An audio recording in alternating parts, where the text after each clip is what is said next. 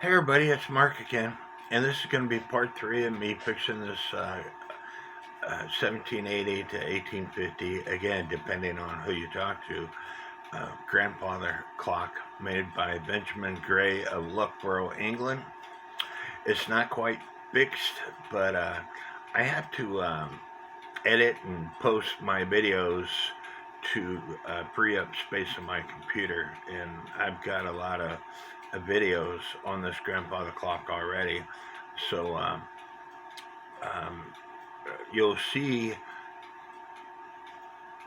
I was going to post a video before, but I screwed up. I thought my edit program had exported the videos, and it didn't, and I deleted the videos, and so mistake I won't make again.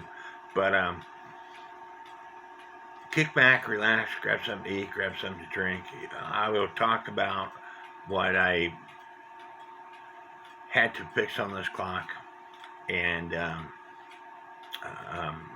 like I said, it's almost there, and I think my final repair will fix it, but I just wanted to get this video over so there will be at least a part 4 if the clock is up and running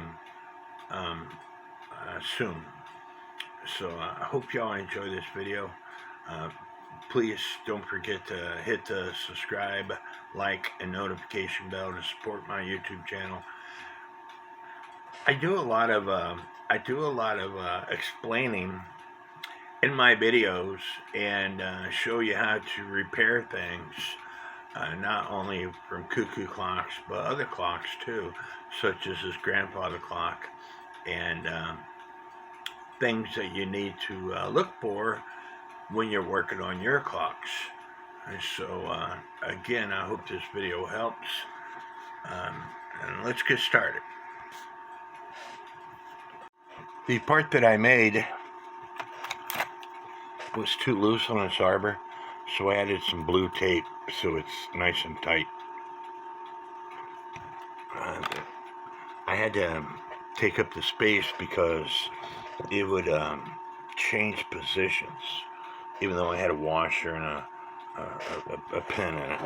And so now I'm going around and tripping it, and some of the pins are bent too far down, so for those pins I have to bend them up just a little bit, such as that one,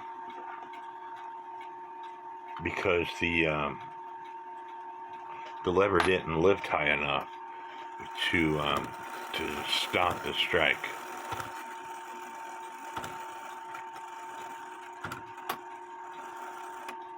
That stopped.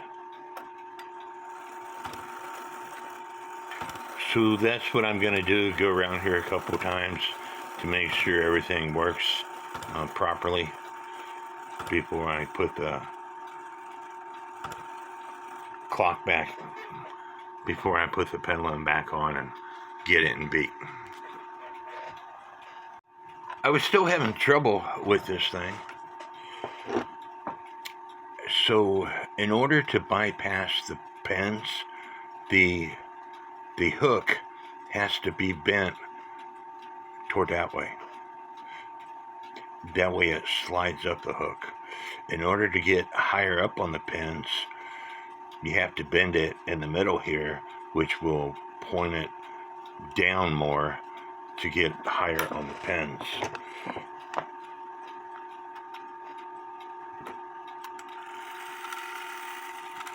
As you can see, there's a line in the middle of this wheel here, and this hook is past that line. But when it comes up to this pin, it has been doing it.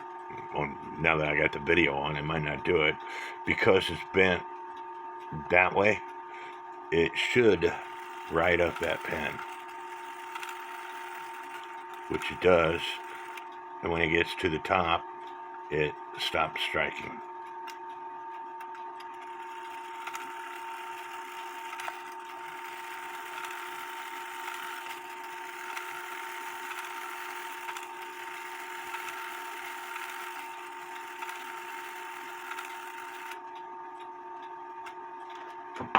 we're getting there.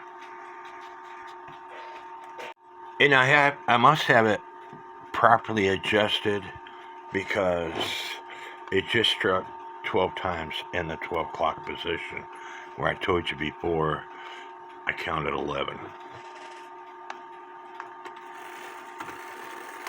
That's 1. That's 2.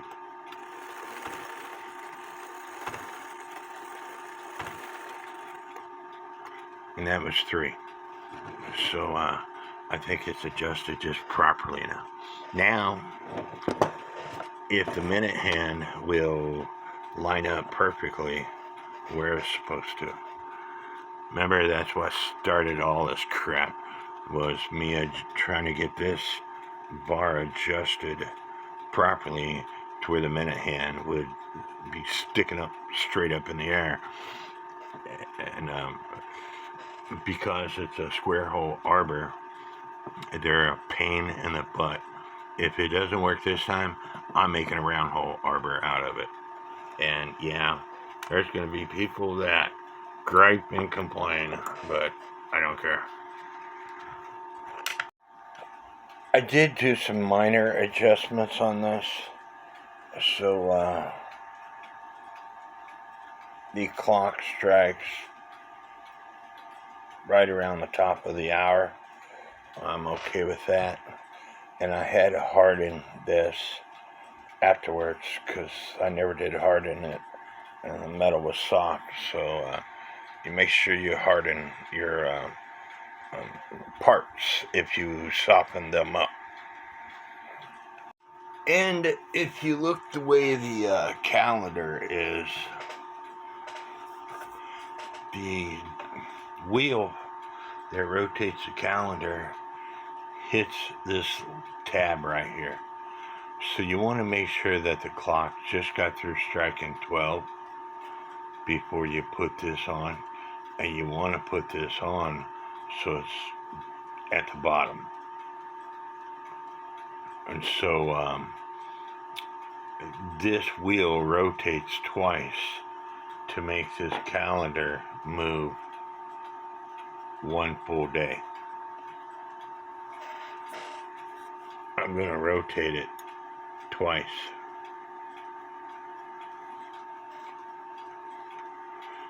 So you can see it.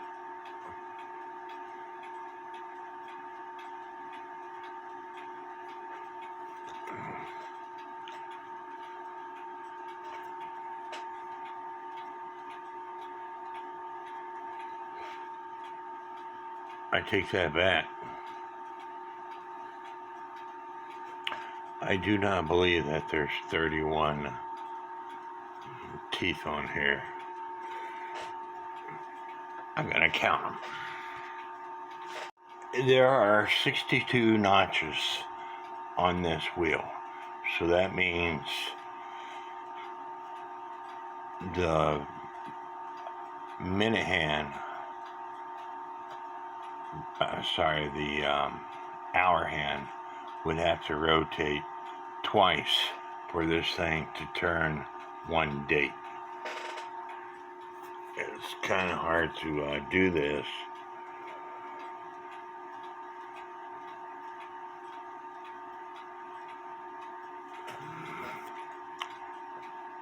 It's 1 notch, it's 2 notches. 1 notch, 2 notches. So, like I said, anyway, you'd want this thing pointed in the 6 o'clock position after it strikes 12. You can always adjust this thing, you know, if it's in the halfway position or whatever, after you get the clock up and running.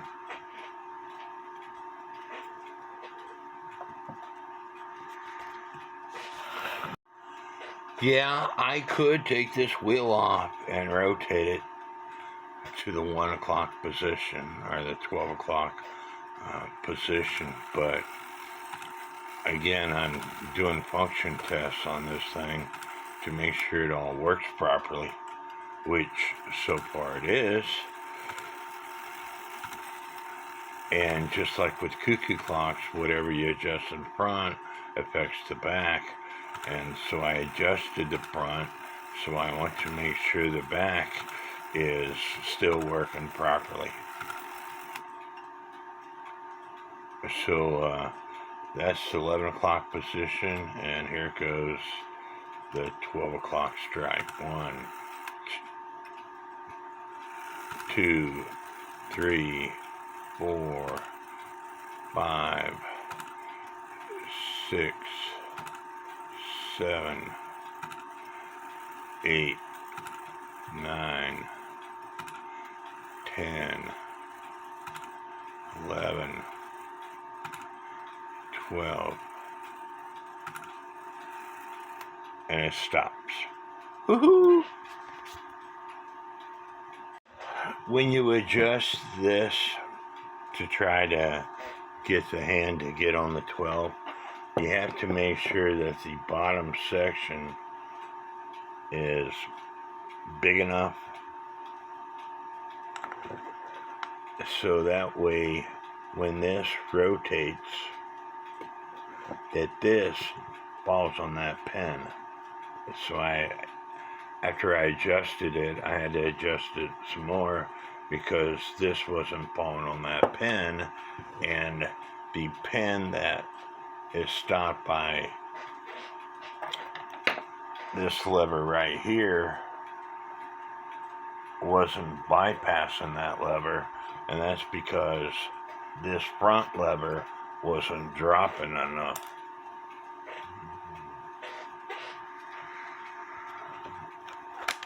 Because I had to take the plates apart to adjust a wheel, it's easier to take this verge and crutch assembly out. So remember, when you put it all back together, that you have to oil it again. The oil will not stay where you put it after you take the parts apart. So you have to oil it again, to include the pallets. So don't forget that. Here I have it on my test stand. It sounds good, but it stops. And when I move this wheel, and you're supposed to have in shake, when I move this wheel, it starts going again. I think this wheel might have a bent pivot.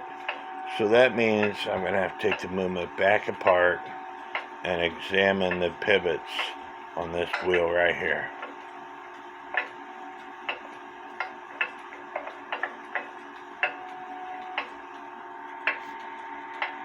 Fun.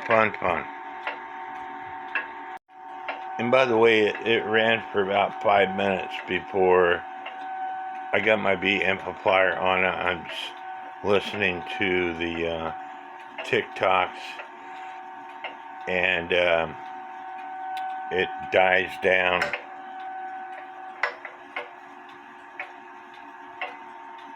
When I do that, it starts back up.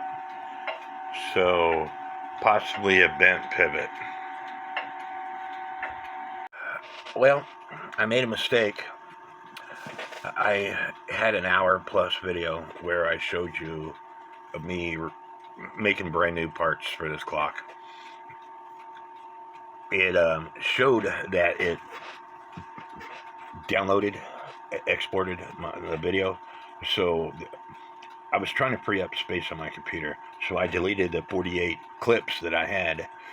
I went to upload the video to my YouTube channel. It wasn't downloaded. I no longer had the videos. That's a mistake I will not make again. But I'm sorry.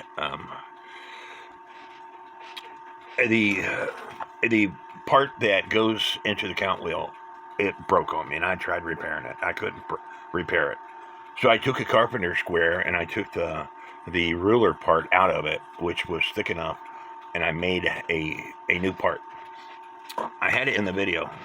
Also, the wire that the front lever rests on, it snapped, so I had to put another one of those in. It was all in the video. But, oh well, it's life. So there will be just 3 parts to this video versus 4. Y'all didn't want to see me talk for an hour anyway. So. But anyway, I made parts for this clock, and I will show you in this video what I discussed in the last video on that lever that goes into that count wheel. It really makes me mad that I lost everything. Clip Champ, which is a program I use, is telling me it can't find the videos, and that's because I deleted them all. But it also told me that it showed me that it uploaded, it exported. Maybe, and this is online, so it hasn't got a dang thing to do with me restarting my computer. All this stuff is saved online. In fact, if I go to Clipchamp,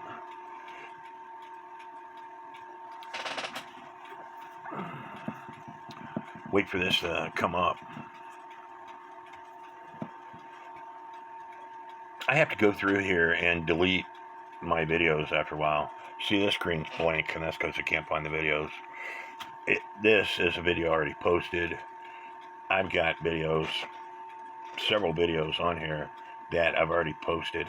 And like I said, this stuff is online in the cloud somewhere. And so, it's my mistake. Unfortunately, y'all won't be able to see the video that I spent 3 weeks, 2 weeks, 3 weeks working on. Like I said, I had 48 different parts to that video, with me turning my camera on, showing you something, turning the camera off.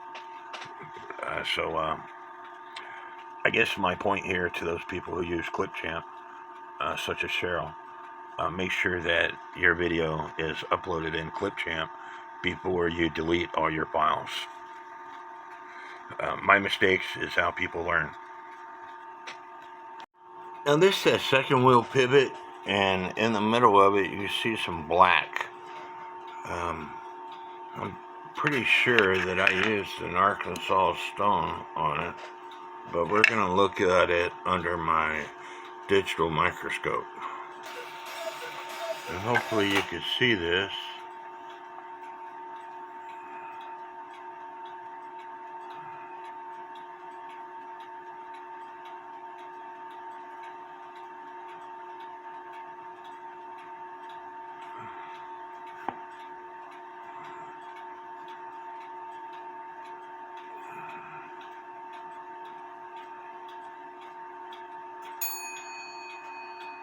It almost looks like it has a dip in it.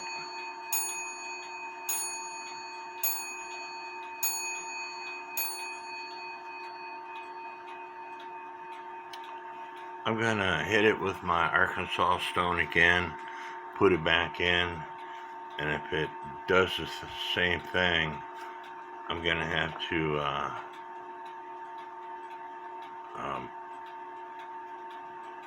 take a light file to this, because there might be a slight dip in it.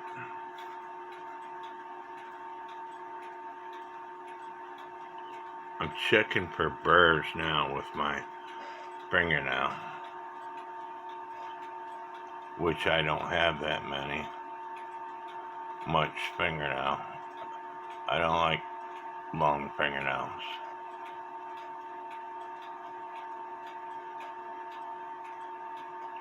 Anyway, I'm going to hit with the Arkansas stone again, put it back in the movement, see if it lasts longer. Hitting it with the Arkansas stone, I told you in other videos that you would see the black area at the width of the pivot when you have it right.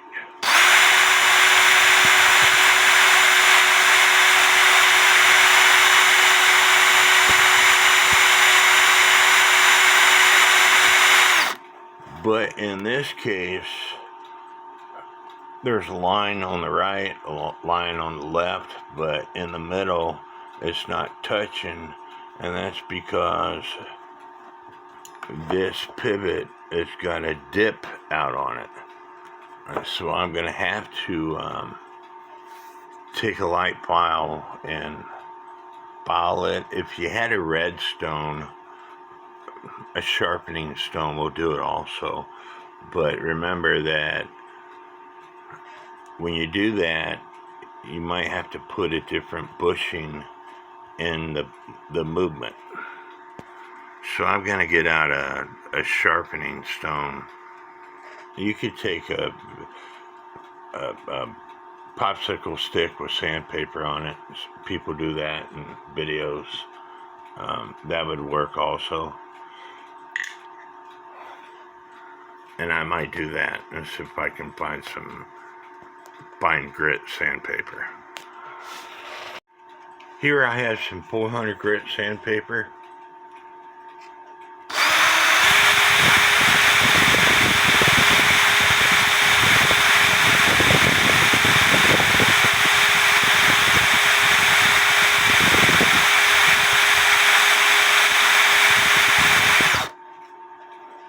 It's no longer the black piece. So now I have to do the tilt test in my movement to see if I need to put another bushing in it. Here it is. It tilts some. It might be good. I'm going to put it back together and see if it works. And as I was saying, I had another video. It was an hour and 15 minutes long.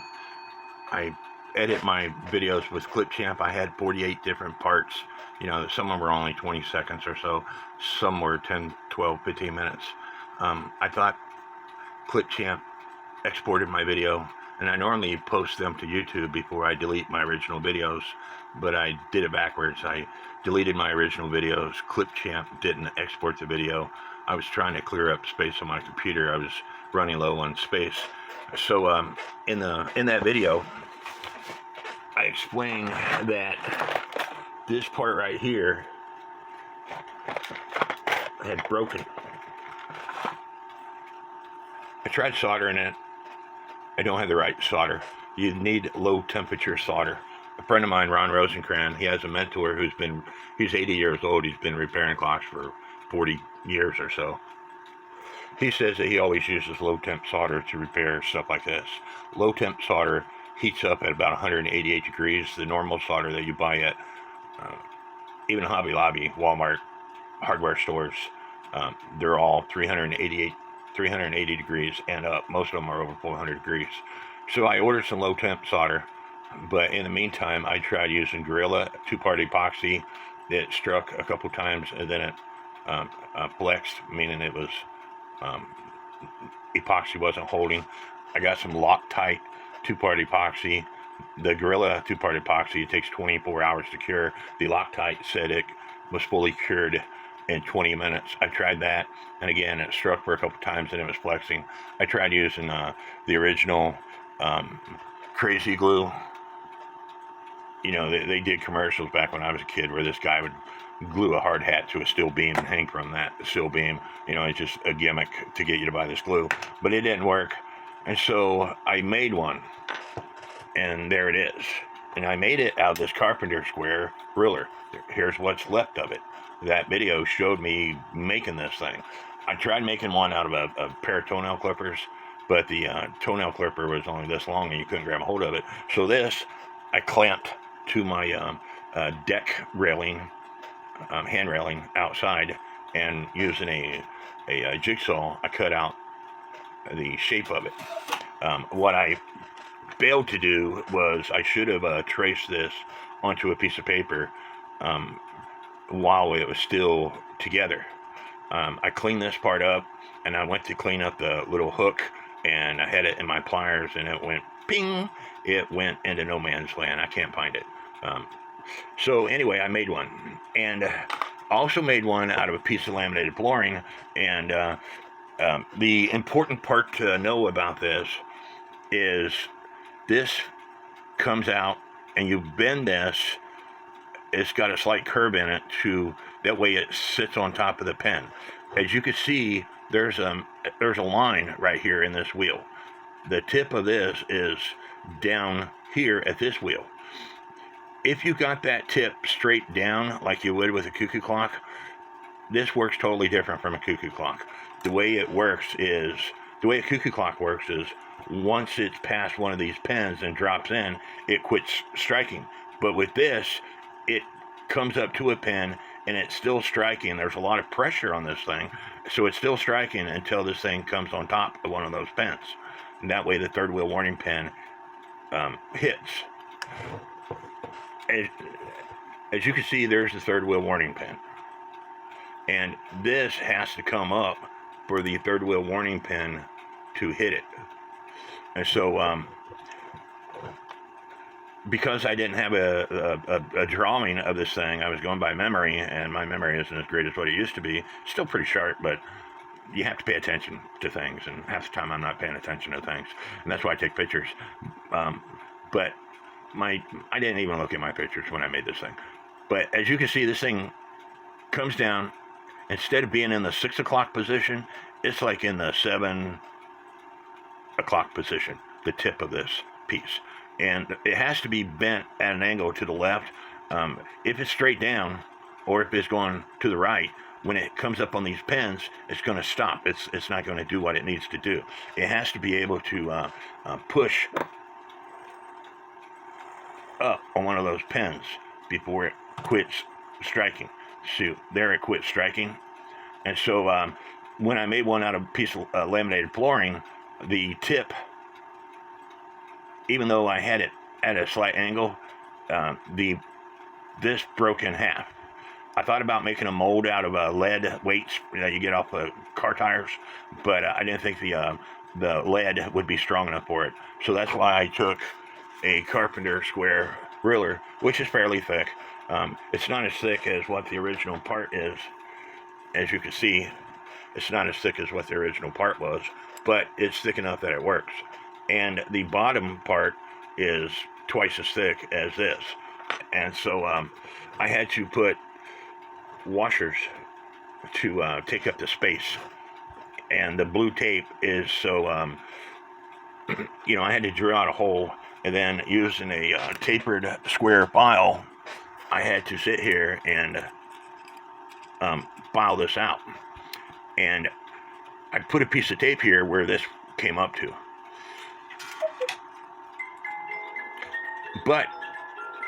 And I filed the new part up to that piece of tape. But when I went to put it on, it wouldn't go on. So I had to file the hole maybe another 1/4 of an inch past the blue tape for it to go on. And that's why it was a little bit wobbly, and that's why I had to use the blue tape to make it tight. This is a poor design. However, with that said, the clock was made, again, depending on who you talk to, anywhere between 1780 and 1850.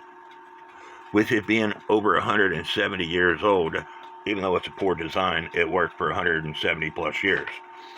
With most clocks, like I said, after the hook goes past the pin, it drops into the count wheel and it shuts off. But not with this clock. It has to ride these hard pins, so it's putting a lot of pressure as it's striking on this hook, and so it broke. Now, it could have broke in the process of me heat treating it. If you ever watch Forged with Fire is a TV show where they get contestants on the show who make weapons. Most of these weapons are some kind of sword or blade or whatever. And afterwards, they test these weapons. If you did not quench your material properly, it will leave a hairline crack in it. And when you go to test the weapons, they will break in half. So I might not have quenched this properly. Maybe instead of dropping it immediately in the water I use, maybe I went slow and it caused a crack. I don't know. It might have had a crack in there from 170 years worth of use. of how this thing functions. Also, this pin right here, that this lever, let me find the lever. This lever right here rides on this pin. That pin has to be perfect. That way, if it's bent down or bent up, the third wheel warning pin is not going to hit where it's supposed to hit. And so the pin broke on me. So I had to take this top plate off, punch out that pin, and put another pin in. And I went with a small nail that has a head on it, putting the nail from the inside of the plate to the outside, and I pinged the head of the nail. That way this pin won't go back inside, and I cut the rest of the nail off. It's stronger than the pin that they had on here, which was a small. I had to broach out the hole a little bit with a cutting broach to put the nail that I chose to put in. Now, there's going to be people who are going to watch this video and say, you don't know what the hell you're doing. You should not be working on clocks, etc., etc. You know, I've heard most of it. All I can say is, I'll tell you the same thing I tell everybody. It's my damn clock. I'll do what the hell I want to it. And the only person that I have to please is myself. I'm not married. I'm not selling the clock. This clock, it's in my will. It has to stay in the family. So for those people who tell me I don't know what the hell I'm doing, go watch somebody else's YouTube videos. If you knew what you were doing, if your clock repair business was doing so well, you wouldn't have the time to watch other people's YouTube videos. The governor pan, the spring broke. I had some sheet metal from a metal building that I cut out, put these bends in it so the fan would work properly. When the fan is working properly, you can go like that, and with me holding the wheel, you can go like that, and it moves some, but it doesn't sit there and spin over and over again. And you have to cut the metal the same width as the slot that's in the shaft. If you got it too big, then the shaft would slide up and down. Sorry, the fan would slide up and down on the shaft. And so there's an indentation in the shaft for that piece of spring metal. And so anyway, I really wished I didn't screw up and delete the video. A lot of the video was me taking mothers, using my lathe and cleaning up the parts, the wheels and stuff with mothers. A lot of the video was talking about the lathe. I've got another video out there where I'm talking about the lathe that I bought and me modifying it for clock repair. I still don't have it quite done yet. I had to buy another tap and die set. I got a brand new tap and die set around here somewhere, but I can't find it. But I went to Harbor Freight and bought a tap and die set to finish modifying that lathe. But anyway, this part is really crucial of how the clock works, and it broke the very tip from here down, broke, and so I had to make another one. And again, I thought about what to make it out of, maybe a door hinge, but I had to have something that I could clamp down to use a jigsaw, because if the part is vibrating too much, you can't cut it with a jigsaw. And I've got a scroll saw with a metal blade, but I don't want to use a small part around that scroll saw. I end up cutting my fingers off. So anyway, I'm sorry that I screwed up and I deleted all the videos for that part 3 of this with me repairing the grandfather clock. Another part of the video I talk about, I'm pretty sure it was in that video, I talk about this piece right here, this bridge that the verge and crutch assembly goes into. It's got these 2 holes. There were pins originally in this bridge and they fell out, and they go into holes of the plate. But most verge and crutch assemblies, you can lift the bridge up on one side or the other, but you couldn't do it on this. And when those pins fell out, I'm like, well, I'm going to modify this. So I oblonged these holes. That way I can lift one side of this bridge or the other to, because I told you I I soldered this verge onto the shaft because the clutch assembly wasn't working. It was too loose on it, and I couldn't figure out how to tighten it up, so I just soldered this onto the shaft. That way, just like in an antique cuckoo clock or other clocks, antique American parlor clock or other clocks, you adjust the crutch by bending it in the middle one way or the other to put the clock in beat. With antique cuckoo clocks, the depth of the pallets of the verge are set at the factory. So some cuckoo clocks have got an adjustable crutch assembly in them to set the depth, but with antique cuckoo clocks, they're set at the factory at the time they were made, so you adjust the crutch to put the thing in beat. So once you have this all together and you put this in beat, you adjust the crutch. So I need to put this back in, and I might be able to do it with the bridge on. I took it off that way, but you have to be holding your lip just right to, there we go.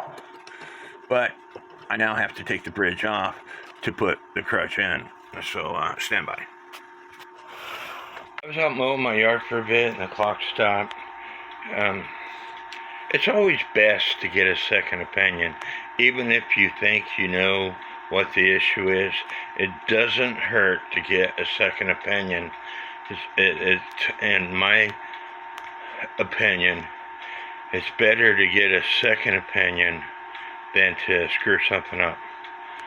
So, I'm going to have to take the movement back apart and put a bushing in where I use the 400 grit sandpaper on that second wheel. And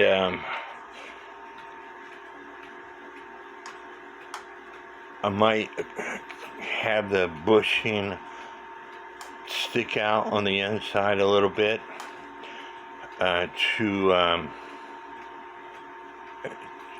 to ensure that the wheel stays in front.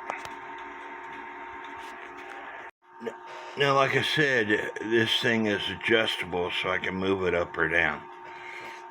And so what you want to do, you want to grab a hold of the second wheel and push it around to make sure that the escapement wheel is not slipping.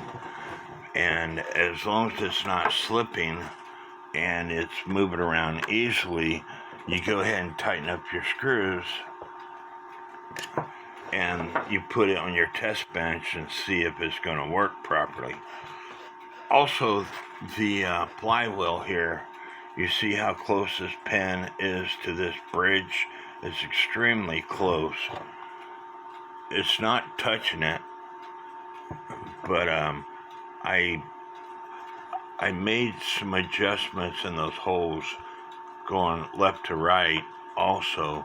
That way I could push the bridge over to the right. Because with you making the holes oblong this way, up and down, and you're tilting this side, you could tilt it to where the bridge is hitting this pivot. So you want to be aware of that also. Because I took it apart, you have to oil it again. You know, the oil is not going to stay where in the pivots once you take a plate off. So you want to oil the pivots, and you want to oil the crutch, the pallets on the verge assembly again. So I'm going to do that, and I'm going to put this thing on my test stand. And then if it runs, then I'll put all the other wheels on to see if it stays running after I put all the other parts on. And one step at a time. If it stays running and then you put all these other parts on, then you know that it's something to do with these other parts. You know, because once you put the the intermediate wheel on and the hour pipe on, it's putting more pressure on the great wheel. And so again, one step at a time. I hope y'all are enjoying this video. I hope that you're learning things. And you might be learning that I can think outside the box and make parts.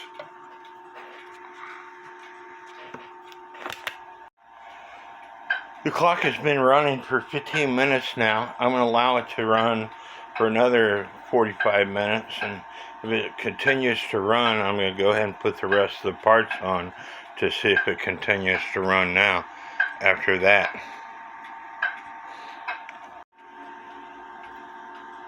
In an hour's time span, I've had to adjust the crutch twice. And one time, I moved the crutch back and forth, and the verge didn't allow the escapement wheel to move until I pushed the second wheel forward. So I might have to put a bushing in the rear, allowing the bushing to stick out inside to keep the second wheel forward. Bun. Now, I sent the question about the me pushing the escapement wheel forward to a friend of mine, Sean Barnes, who repairs clocks professionally for a living. He makes over 6 figures a year. He's done a lot of tower clocks in the state of Missouri, so obviously he knows what he's doing. So I'm waiting for his answer before I do anything else. And I told you that the wheel tilt test was iffy, so it might need a bushing, and that's what might be causing it. And that is what my buddy responded to me with. Yeah, probably needs bushings, and you can adjust the inch shake with the bushings also, as I was saying. So I'll probably be taking this movement back apart, put a bushing in the second wheel. Like I said, the tilt test was kind of iffy. And the tilt test, you know, when I originally took this movement apart and I did all the tilt tests were fine. But after I had to use the 400 grit sandpaper on that second wheel, because it had the divot in it, it changed the diameter of that second wheel pivot, which caused it to be smaller, so that's why the tilt test was kind of iffy. So I'm fixing to take this movement back apart so I can put bushings where the second wheel goes, and hopefully that resolves my issue. Now the pivot diameter on one side is 1.57, 1.59. On the other side, it's 1.65. So you have to, sorry, let me measure that again. Yeah, 1.65 and 1.6. In my assorted KWM bushings, I got this one right here, which is 1.7, which would work, but the height is only 1.4 millimeters, where the plate thickness is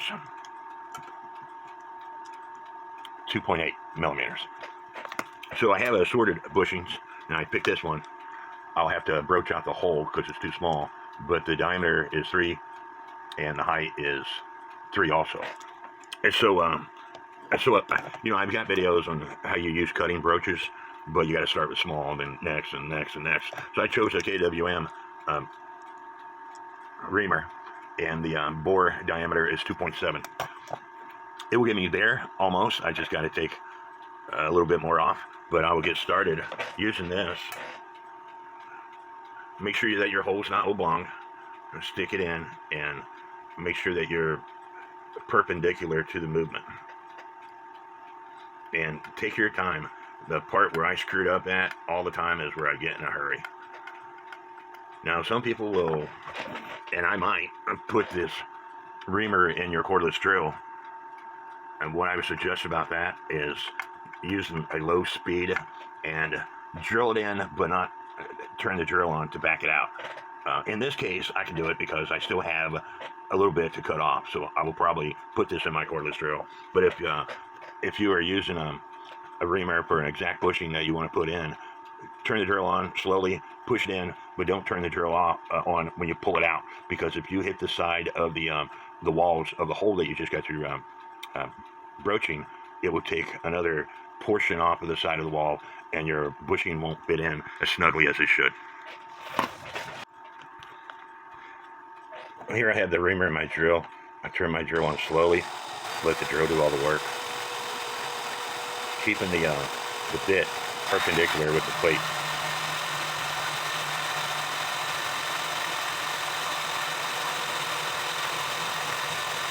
And it's a thick plate, so it'll take a while.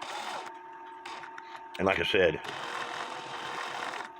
if you've got the exact cutting broach reamer or whatever for the hole, you don't want to turn the drill back on to take it out, because it will take just a small thin layer off and your bushing might fall in the hole. But in this case, I still have to take some out of this hole, because remember I told you the diameter of the bushing was 3 millimeters. The diameter of this cutting broach was 2.7 millimeters, something like that. So I still got to take another 0.2, 0.1, 0.5, something like that off, so the bushing fits snugly in the hole. I told you the diameter of this bushing is 3 millimeters. So you want to select a cutting broach that is just a little bit smaller than that. This is the best cutting broach, but it is 3 millimeters. So I want to measure up and turn while I go, and I want to tape it off, because the thickness of the plate is 3 millimeters. You have to go from the because this is tapered, it's smaller here and it's thicker here, you have to work both sides of the plate. You go in from the rear side so far, and then you turn it over and go the same distance. That way, if you just go in one side, because it's tapered, your bushing's not going to fit in there. You have to do both front and back. And let's say I go 2.8 from the front. Because it's tapered, I have to turn it around and go 2.8 from the rear. That way it's going to be nice, and the hole is going to be nice and cylindrical, however you say you pronounce that word. And that way the bushing will go fit in better. It won't be forced to come out. I just put this bushing in, and now the tilt test works better. I'm happy with that. And so I put the plate back on and test it for inshake. You always want to test for inshake and to make sure it spins freely.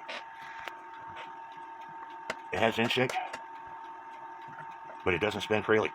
So that means I need to broach the hole out some more. Now I'm using my smooth cutting broach because I don't want to make the hole any bigger. But it spins better, but it still don't spin as much as I want. So I need to use the smooth cutting broach on it some more, because there's a burr in there that's stopping it from spinning several revolutions. And now when you spin it, it spins several revolutions. So I'm happy with that. And that's why you need to buy smooth cutting broaches. This is a smooth cutting broach. It's tapered. It's kind of like an Arkansas stone. It does have some cutting on it, but it clears out burrs. If you were to take a broach and broach out the hole some more, then because the part fits in there, if you broach out the hole more, you're going to make the hole bigger than what you want, and it won't pass the tilt test. And so the smooth cutting broach is a must to allow your wheels to spin freely. Why it's making the noise, I'm not quite sure, but I'm sure when you put oil on it, it'll take care of that. But again, smooth cutting broaches, and they come extremely small, such as this one, which I kind of bent it a little bit, but see how flexible it is? You have to have a set I take that back. You should have a set of smooth cutting broaches for cases like I just showed you, where the wheel doesn't spin freely, and it's because there was a burr in the hole from using the cutting broach, and so you want a smooth cutting broach to take care of those burrs. Now it's time to put this movement back together, re-oil it because I took the movement apart, and put it back in my test stand and see if it works. I hope you are enjoying this video. I hope that you're learning things. You know, I make mistakes all the time, and I hope that my mistakes helps people learn. This is a pin vise, and when you order them from Time Savers, this is the box that they come in. Set of each, 121, 122, 123, and 124, and that's what they hold. And there's the part number, 19685.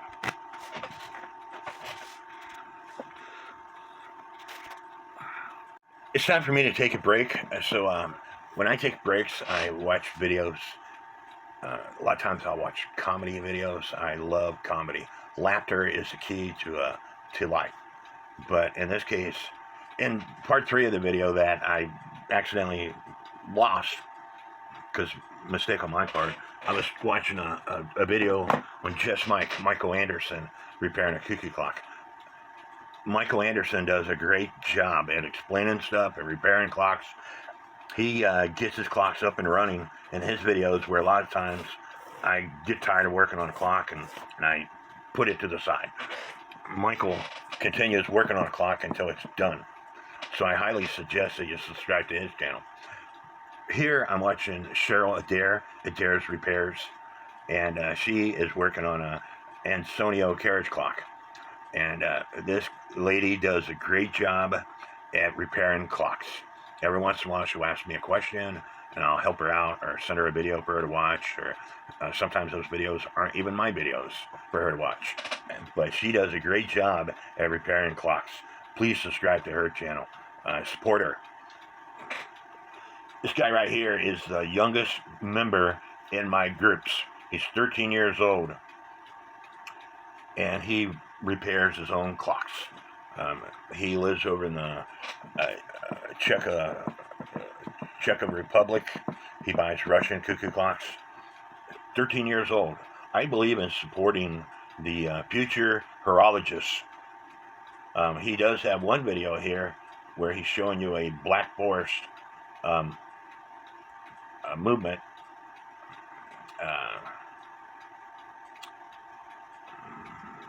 It's somewhere on his channel. I seen it the other day. But subscribe to his channel. There's a bunch of YouTube channels. I'll leave them at the end of every one of my videos, showing you what their channels are. Please support them. Subscribe to their channels. I want to show you something. Subscriptions. This is my subscriptions.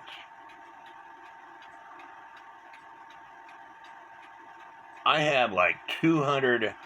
It used to tell me how many channels I'm subscribed to, but I have like 200 channels that I am subscribed to. And it has not cost me one freaking penny to subscribe to those channels. If I like a video, I support them by hitting subscribe, like, commenting. Every time you hit thumbs up or leave a comment, YouTube uses some kind of algorithm that the more responses a video gets, the more they advertise that video.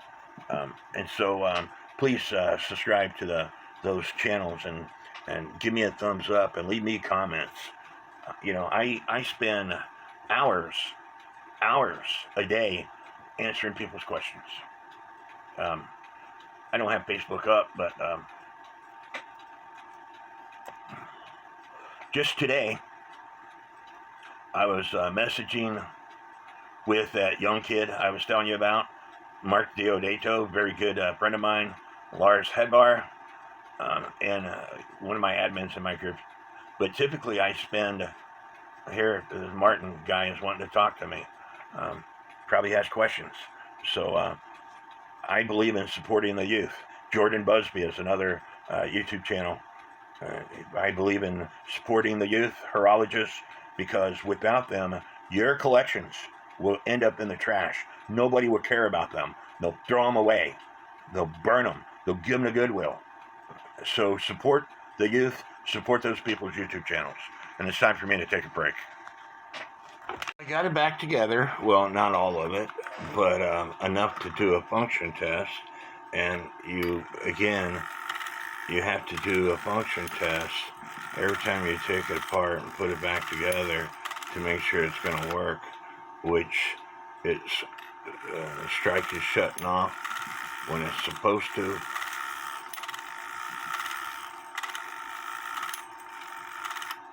And I will say that in the process of taking it apart, this wire that I put in, it's actually a nail, it got bent up a little bit, so I just had to bend it down just a little bit, so the third wheel warning pin clears the part that makes it stop. And of course, you know, always use rubber bands. They're my spare hands to help me put the movement together. You know, I tell you folks that what I do, and then I use it.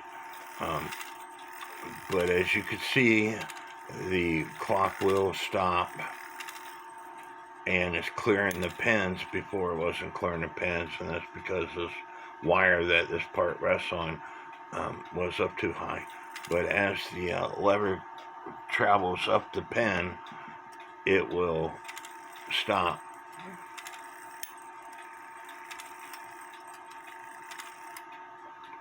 Just like that. So now I need to put the verge and crutch assembly back on, and I need to oil the movement again and again, because I took it apart. I have to re-oil it because the oil doesn't stay in the holes when you take it apart. And I need to look at my pictures because I don't think this is right. I might have put something on wrong, because I don't think that this part of the rope should be in that. So I'm going to have to look at my pictures, because because I had to take the great wheel off here. I think I got the rope out of alignment. And I talk about using, doing things the cheapest way possible. And one thing that I regret when doing pivots is this is the second cheap digital caliper that I bought. The first one I bought off eBay, and that thing sucked. I bought this one at Harbor Freight. I paid less than $10 for it, and it sucks. If you're going to do pivots, you want to invest in a nice digital caliper. Like I said, I paid like $45 for this one, but this thing is extremely nice. And it not only shows inches and millimeters, but it also shows fractions. So let's say you're measuring something 2.5 millimeters, which is 0.099 inches, which is 3/32 of a fraction. So invest in a very good digital caliper. You know, I know it's kind of expensive, but these things are not as accurate as this one, and you will regret over time not investing in a good digital caliper. I got the rope sorted out by looking at my pictures, and so now it hangs properly. And because I took it back apart, I had to do another function test to make sure it works properly.